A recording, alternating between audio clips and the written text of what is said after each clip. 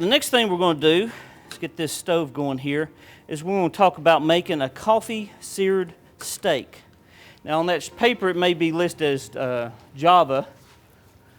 I think it's Java crusted steak.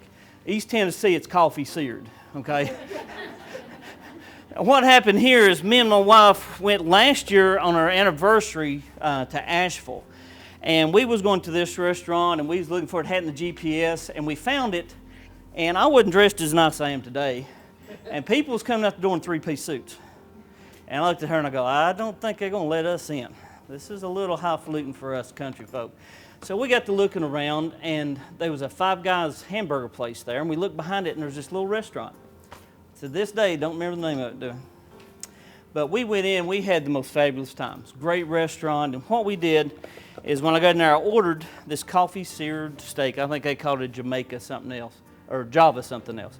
So anyway, I got to looking for the recipe and kind of adjusted one from Guy Fieri and one from, I forget the other guy's name. But anyway, two different recipes I found.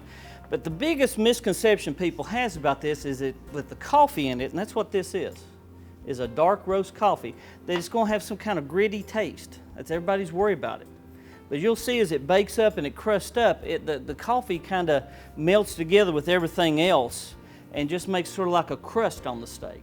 And that's what we're trying to do, is basically just kind of get that crust going. So let me make sure we got some heat going here on these.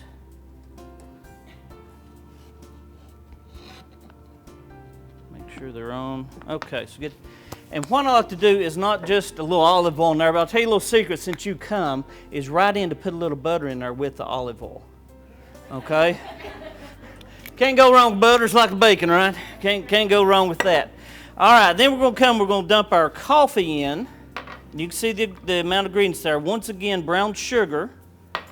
And then we're going to put cracked pepper, kosher salt, some paprika, and some cayenne pepper.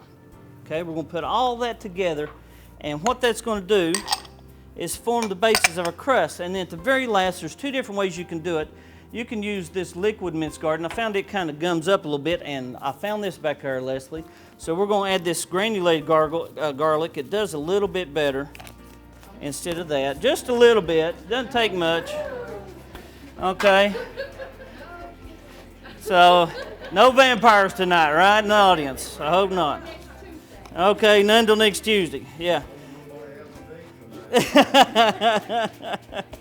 And you can see these great steaks that Leslie's husband has got for us out of the Food City Deli. And getting a little splattering going here. Let's turn that down just a hair.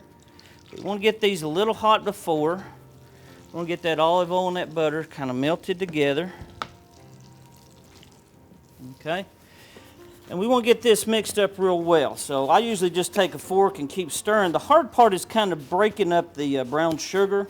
The rest of it mixed together pretty easily. But you can see in here, there's going to be a few lumps and clumps. Don't worry about it too much.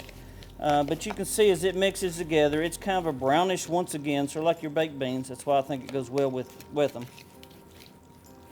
So you can mix that together and then dump all that into some type of flat pan and smooth it out a little bit. And then what we're going to do is take our steaks and we're going to take and press that into it. Now it says on there to let it set after you press a little while. That is in perfect conditions. Tonight ain't perfect conditions. I don't think you want to wait 10 minutes.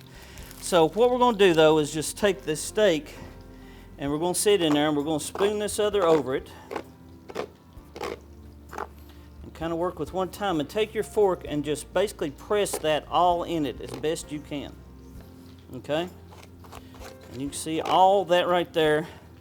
And that looks like a lot, but as you pick it up, a lot of it's going to dust itself off. I like to flip it over and sort of do the other side. But by pressing it in, you're going to get a nice coating on there as this thing fries. And I got one pan getting hot, and the other one don't seem to be here.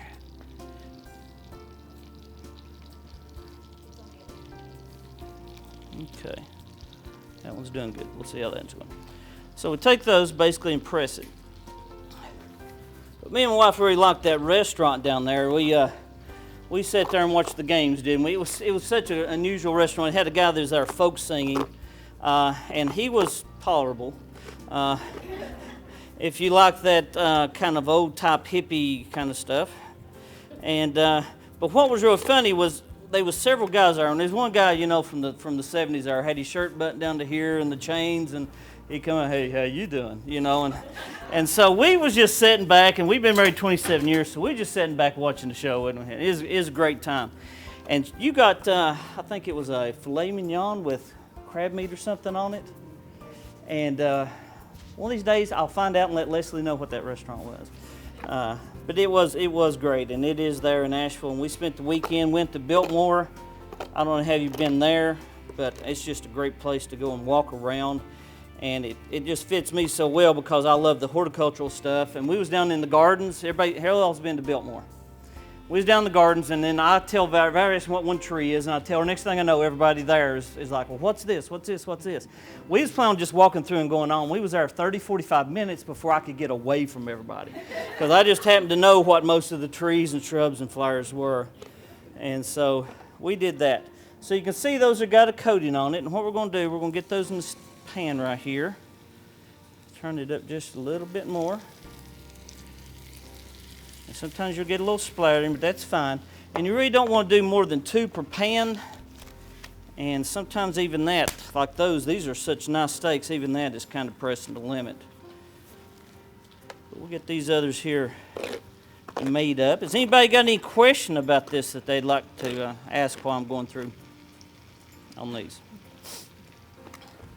The coffee that we mentioned, it can be, we use an Italian roast. It can be any type of dark coffee. I've never tried decaf. One of the worries my mother was, well, am I going to be up all night? But I don't think it really affected us that much.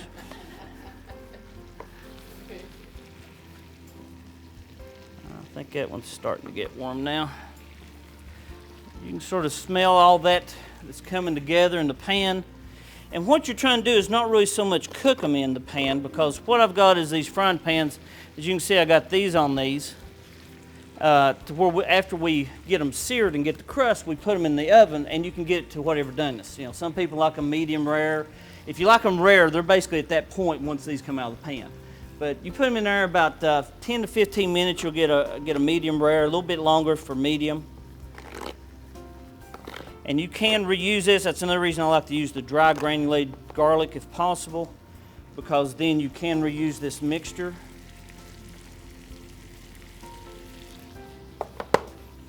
Okay, so we'll get one more done here.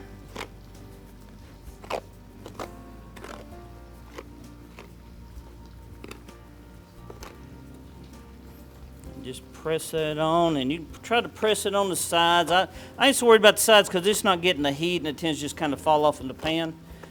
But if you can get it pressed in, and like I said, if you can let them sit for about 10 minutes, they will stick. It does stick a lot better. So tonight, if you kind of crust, you get the steak and the crust kind of fell off, you at least get the idea of what we're trying to accomplish here. So we got those in there, and we'll try to get those seared up real good. Let's check our steaks here and see how they're going. They're starting to crust up. Be just a little bit more. But you can see there how it's almost kind of blackening. That's actually what you want, okay? And you're going to get this smoke when you turn them. People downstairs are going to think the building's on fire. It's okay. I know the police and fire chief. We can call them. But you can see that crust is come together. And when it does that, that coffee's not gritty anymore. That's always everybody's big concern is the grittiness of coffee. But it's not that way anymore. So we got that one side on those browned. Okay, after a short intermission, I think that these are just about ready to go. Yeah, those are just about ready. So what we're going to do is put these in the oven, let them cook a little bit more to finish off.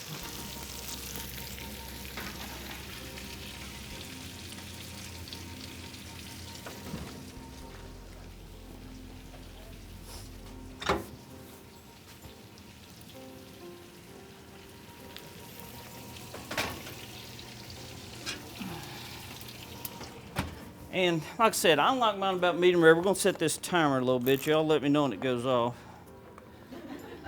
We'll say ding. It'll say ding, I hope. Ding, ding, ding. Went the bell. Let's see what we got here. Woo, we got a lot of heat. All right, we're gonna get those steaks out. Set them right there. We're gonna leave them beans in a little longer. Matter of fact, we're gonna turn them up just a little.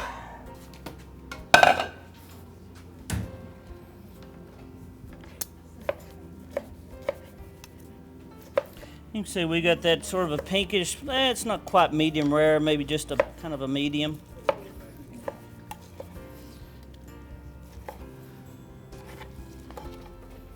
Kind of cut that up.